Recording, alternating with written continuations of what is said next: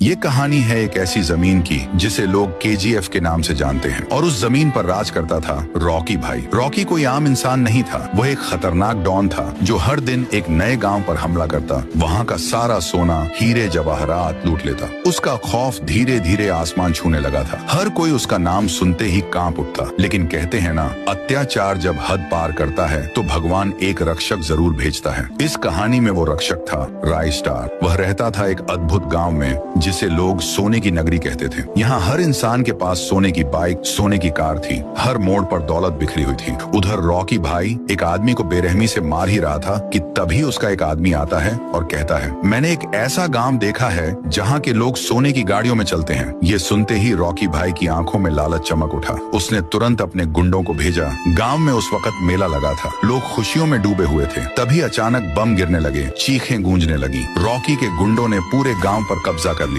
गांव वाले चीख चीख कर कहने लगे, हमें जाने दो। लेकिन उन दरिंदों को कोई रहम नहीं आया। गांव के एक कोने में छिपे हुए थे ज्ञान भाई। उन्होंने ये सब अपनी आंखों से देखा और सीधा दौड़े राइस्टार के घर। राइस्टार किसी से बात कर रहा था। तभी ज्ञान भाई हांफते हुए अंदर आते हैं। राइस्टार पूछता है, क्या हुआ ज्ञान? बहुत परेशान लग रहे हो। ज्ञान भाई बोलते हैं, गांव पर हमला हो गया है, जल्दी चलो वरना सब मारे जाएंगे। राइस्टार बिना एक पल गंवाए अपनी लैम्बोर्गिनी निकालता है और दौड़ पड़ता है। उधर गांव में एक गुंडा हंसते हुए बोलता है, अब कौन बचाएगा इन सबको? तभी एंट्री होती है राइस्टार की। जैसे ही आता है, दो गुंडों को हवा में उछाल देता है, तीसरे को पकड़ता है और कहता है, जाकर अपने बॉस से कहना जिस गांव पर वो कब्जा करना चाहता है उसका रक्षक मैं हूँ। वो गुंडा डर से कांपता हुआ भागता है और रॉकी भाई को सारी बात बताता है। रॉकी भाई गुस्से में दहाड़ता है, किसकी इतनी हिम्मत कि मुझे चैलेंज करे? अब तो उसे जिंदा नहीं छोड़ूंगा। अगले दिन फिर से हमला होता है, लेकिन इस बार हथियार नहीं, जंगल से निकले खूंखार जानवर गांव पर टूट पड़ते हैं। तबाही मच जाती है, सैकड़ों लोग मारे जाते हैं। सिर्फ ज्ञान भाई और कुछ लोग ही बचते हैं। रॉकी भाई जोर से चिल्लाता है, कहाँ है तुम्हारा हीरो